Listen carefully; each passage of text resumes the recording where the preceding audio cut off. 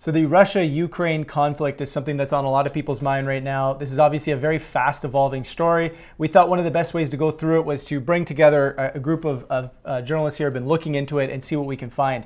So I'm joined by Arjun Walia and David Helfrich. David, why don't we start with you in terms of what's been on your radar with regards to this story? For sure. Good to be with you both. So I think it's important to preface the discussion acknowledging that in the aftermath of a traumatic event like this, war, usually the first bits of information that come out are often incorrect.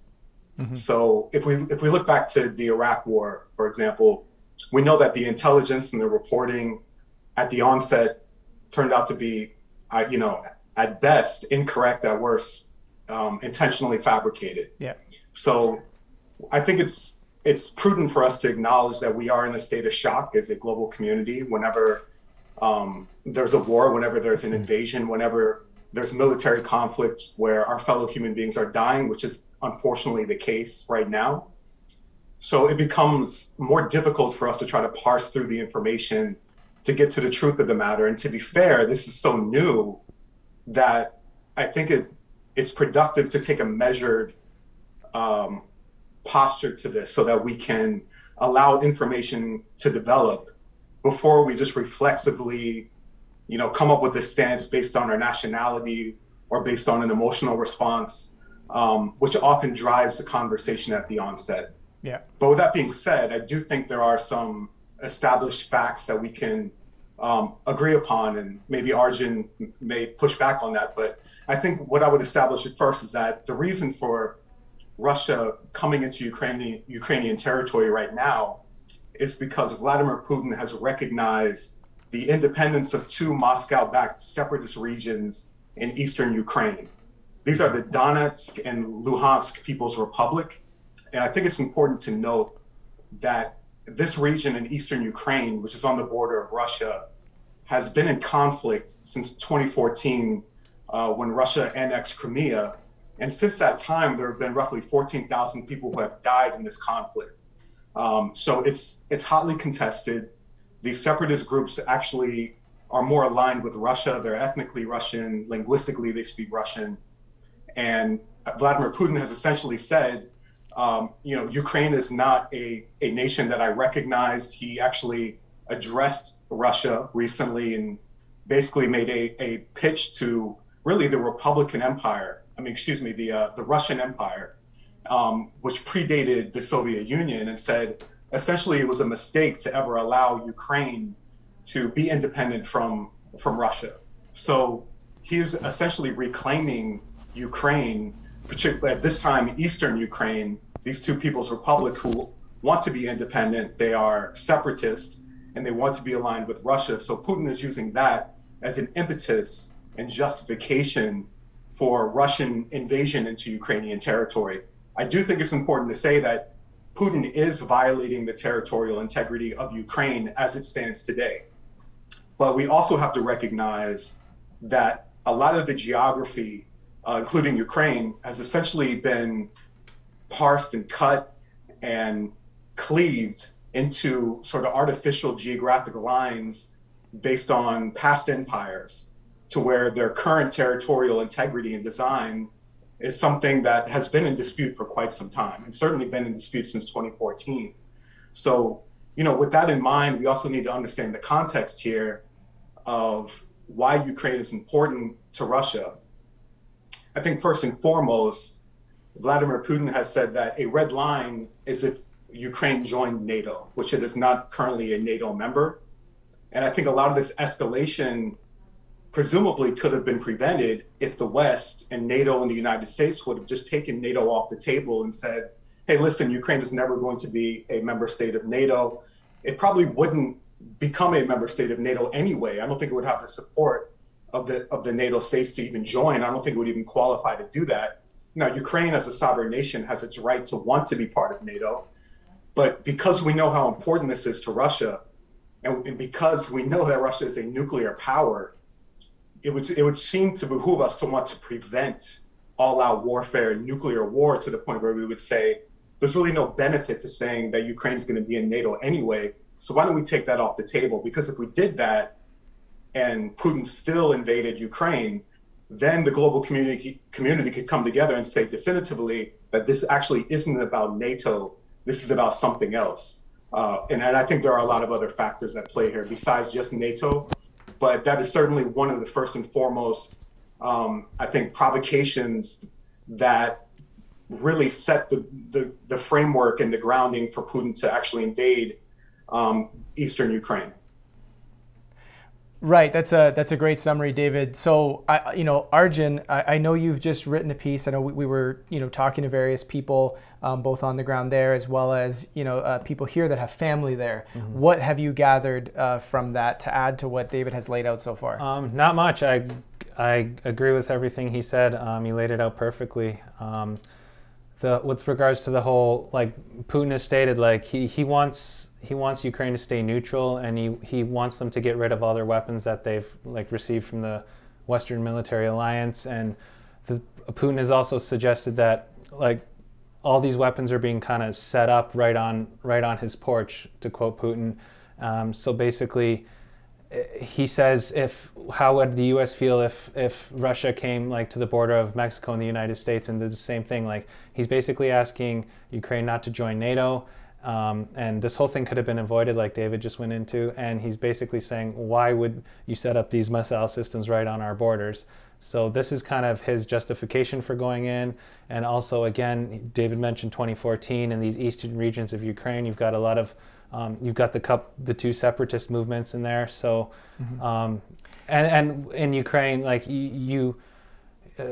you have claims that the Ukrainian government is committing genocide and atrocities on its people in the eastern region. There's language police. You're not allowed to speak Russian in these regions. And journalists like Eva Bartlett, for example, have been on the ground documenting these conflicts between the separatist movements and the Ukrainian government. So there's all these factors to consider, and maybe human rights abuses by the Ukrainian government. But then, you look at the mainstream view that's saying, no, this is completely false. That's not happening. I've talked to a Ukrainian Canadian yesterday who has family in the region, and he was saying that, no, there's not really much of that going on. The separatist movements are actually not really supported by the majority of Ukrainians, and the government has not committed genocides and atrocities against these people. For example, here's a message I received yesterday. I have family in eastern Ukraine. My father lives in Crimea. People from Donetsk and Luhansk are glad to have separated from the West. The West was terrorizing the East for the last 8 years, bombing and setting fire on houses of any known Russian. Language police were roaming stores and other public places, giving people fines if they were caught speaking Russian, which was the main language used in the East. They were bombing public places as well. There are a gravesite with over 200 children that died due to their careless attacks. People in these regions, just like other countries, are also separated in their perspective of what's going on. Just like we've seen with COVID here in countries, we've seen with geopolitical issues. My thing is, I'm always skeptical of a legacy media narrative because, as David mentioned, what we saw with the Iraq War, what happened in Syria, what's happening in Afghanistan, Libya, Somalia, it's so hard to get to the truth of what's actually happening. So I recently wrote an article about it and tried to share both perspectives. Yeah, or many perspectives. Really. But what David said basically is it's gave a great summary of kind of what's actually going on and kind of the perspectives being shared. Yeah, so some of what I'm gathering here is it sounds like it's a sort of a fast evolving situation. It's reasonable not to know what's going on, for the most part. But at the same time, it feels like people on the ground in these countries have very different perspectives. I mean, we saw videos of masses of people in Russia, basically protesting, asking their government to stop. There just seems to be perspectives all over the place. David, what do you have? Sorry, no, I was just going to say, what's unfortunate about this whole thing, regardless about what's happening, is that places are being bombed. Imagine being a citizen in this country, and it's just so unfortunate. In 2022, that this has to happen, and innocent people are caught in to be honest, people who have different perspectives on both sides of the coin are probably all good people, just ordinary citizens, and nobody really wants a war, but you have this, continuation of politics by other means, and it's terrible to think about what people are going through and the fear that these citizens like have right now. Just I can't imagine being in that situation. Yeah. David, anything to add to that? Yeah, 100%. I mean, I think it's essential for us to always emphasize the human cost here. And, you know, when you hear Biden, you hear other world leaders saying we're all going to make a sacrifice. Well, you know, Vladimir Putin, Joe Biden, they're not going to be the ones who are hit by this. You know, the oligarchs and elite billionaire class are not going to be the ones hit by this. It's the ordinary people, like Arjun mentioned, the people in Ukraine right now who are taking up arms. They're basically telling anyone, any able men, we have guns, please come and help us resist this invasion. Yeah. You have Vladimir Klitschko, Vitaly Klitschko, famous boxers. Vitaly Klitschko is the mayor of Kiev, but they're taking up arms. Yeah. And regular people are dying from this. People in Russia are protesting against this. People in Ukraine do not want this. So this is yet another example of where global leaders are failing, not only its people, but global harmony. And really in an unwarranted fashion. And I just want to unpack this a little bit because I will disagree with one thing Arjun said. I don't agree that Putin wants Ukraine to be neutral here. He wants Ukraine to be a part of Russia. He sees them as basically fellow Slavic people who share ethnicity, share linguistic tradition, share a rich history. He essentially sees them as Russian and wants Ukraine to be part of Russia. And another thing that's not talked about a lot in the mainstream media, outside of the NATO point we discussed, is how energy and resource rich Ukraine is. Yeah. So in the aftermath of this, the Nord Stream 2 has been shut off. The German chancellor announced this. So this also is further inspiration for Putin to invade Ukraine, because he wants to actually be able to occupy and control all the resources in Ukraine. Yeah. Particularly if the Nord Stream 2 is going to be shut off, which, by the way, will have huge consequences in Europe, where they already pay exorbitant prices for energy. Sometimes even they pay more for energy than they do for their mortgage. And that impact will be felt further in the West to Canada and the US as well. So there are far-reaching implications to this. But Arjun also made an excellent point, which is, and we don't get this in the West because we don't have empathy when we look at global affairs often, regardless of how bad of an actor Putin is, and I do believe he's a dictator and a bad actor, and he has essentially invaded Ukraine unprovoked, he does have legitimate security concerns in Russia when NATO missiles are essentially situated on his border. And we don't need a hypothetical to know how the US would feel about this. We know how we felt about it when Russia was militarizing in Cuba, right? We didn't like that, right? So, and alike, we know how Putin would respond if Ukraine was to actually join NATO. That was a red line drawn. And I can't emphasize enough the importance of acknowledging that Russia is the largest nuclear power in the world, along with the United States. So if we have a red line situation, you know, Russia is not going to be able to defeat NATO and the United States in a conventional war. So their only resort would be nuclear warfare, which nobody wins. Everybody loses in that scenario, right? So, you know, I think another important thing to note is that while Putin has said that there's a red line for NATO to militarize on the Russian border, I don't think that's entirely, I think that's somewhat disingenuous, and here's why. Because the Baltic states, Lithuania, Latvia, for example, and Estonia, they are NATO members that border Russia, and there are NATO, you know, there's NATO military in those regions as we speak. So the danger here is that this is not just about these independent republics in eastern Ukraine, that this is actually about a greater cause for Putin to essentially reclaim the old Soviet Union, the old Russian Empire, including the Baltic states, which he feels essentially entitled to. And this would trigger all-out war. I mean, World War III is a very real possibility if cooler heads do not prevail in this. And that should be avoided at all costs. And I don't think actually the world community, the United States, the West, has done a good enough job to prevent that, knowing how predictable this situation is. And the final thing I'll say on this is why credibility and integrity on the world stage is so important. Because the United States, we have lost credibility on the world stage because of how we've conducted warfare and invasions in the past. And even as we speak, there's a genocide going on in Yemen, in Somalia, where, you know, there's war in Syria. The United States is engaged in a lot of unsavory acts across the globe. So when we say, hey, Putin is a threat to the global order and humanity, the global stage is essentially looking at the United States like, I don't know if you're exactly the most credible actor here. Yeah. And when you lose that credibility, it makes it very difficult then to actually call out the injustices and the dangers, which this is. This is an invasion into a sovereign nation. Yeah. It becomes very difficult for us to call that out.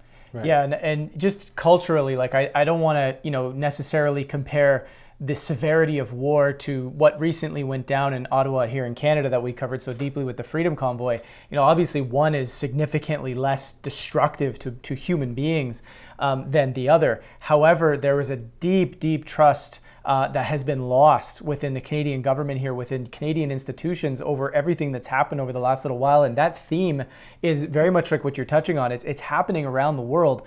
People are losing faith in their governments. They're losing faith in institutions and infrastructures, right? This seems to be part of a larger cultural transition that's happening on the planet. And I think, what I would like to add to this, just listening to what you guys laid out, which is meaningful, is that, we are seeing that citizenry is going to have to sort of get up in countries around the world and say, look, we're tired of the way governments are running things and the cooler heads are not prevailing.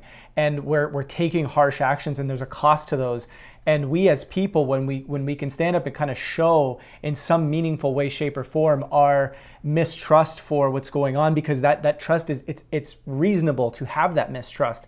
If we can show that we don't agree with something, as opposed to just sort of sitting back and perhaps, not engaging in a meaningful way, shit could go bad, to be quite frank, as David laid out. Now, I'm not trying to instill fear here. I'm just sort of calling to a sense of empowerment that we do have as people, that now might be the time to sort of stand up and do something, organize, whatever that might mean for each of us. David, any final thoughts there? Yeah, for sure. I mean, it's okay as a community of journalists, as just human beings, to say, hey, maybe we don't have enough information at this time to know everything there is about a particular conflict, right? And clearly that's the case here. We know information warfare is at its all-time high. The West certainly has its propaganda. Putin is a master of disinformation and propaganda himself. So it becomes much more challenging to understand what's going on. But the critical point I think Arjun made, which I agree with, is human beings are always the collateral here, are always the sacrificial lambs for these elites to wage warfare and try to impose their will upon the world. And what I will say about Putin is that he would have a lot more credibility if he relegated his military activity, his military operations, just to these republics in eastern Ukraine, which are separatist controlled. But he's moving into Kiev, he's moving into greater Ukraine, which signals that this isn't just about that for him. Yeah. This is about something much more dangerous. And while it is true that the United States has lost its credibility and become a bad actor on the world stage, that doesn't mean that Vladimir Putin is somehow a good guy. I mean, I see a lot of false equivocation where people are essentially saying, well, Putin's a better leader and a better guy than Justin Trudeau or Joe Biden. And I don't actually think that's the case, because if you look at his human rights records, if just the fact that we're criticizing him, if we lived in Russia, we would be targeted, probably in prison for what we're saying right now. So there are levels to authoritarianism, is what I'm saying. Yeah. So when we rightfully criticize Trudeau for some of his infringements on civil liberties, which I agree with, I don't think it's productive for us to essentially say, hey, I wish Vladimir Putin was my leader instead of Trudeau, because I don't think people really know what they're asking for there. Yeah, right. And I think we do have to push back in the sense that if you were against the Iraqi invasion, as all of us were, we also need to be against the Ukrainian invasion, right? It's not just a sense that, oh, we can't trust everything in the West, so that means we can just completely trust Vladimir Putin, right? Yeah. And I think that's an important nuanced point for us to make, that it isn't always so binary, like we have to be, it's one side or the other. There's a lot more complexity to this. And this is why I think conversations like this are so important. So lots said here. We obviously, as you can tell, this is a time as people watching media, to do what I hope any good journalist is doing, is you just slow down. You take some time. You look at what's coming in. Don't jump to any conclusions and make sort of rash decisions about what exactly is going on. This is an invitation for all of us to just allow this situation to unfold. Look at the facts, see what's going on. We're going to continue our coverage here with this sort of stuff and see what we learn as the days come. But thanks so much for watching. Be sure to subscribe, and that's it. That's all.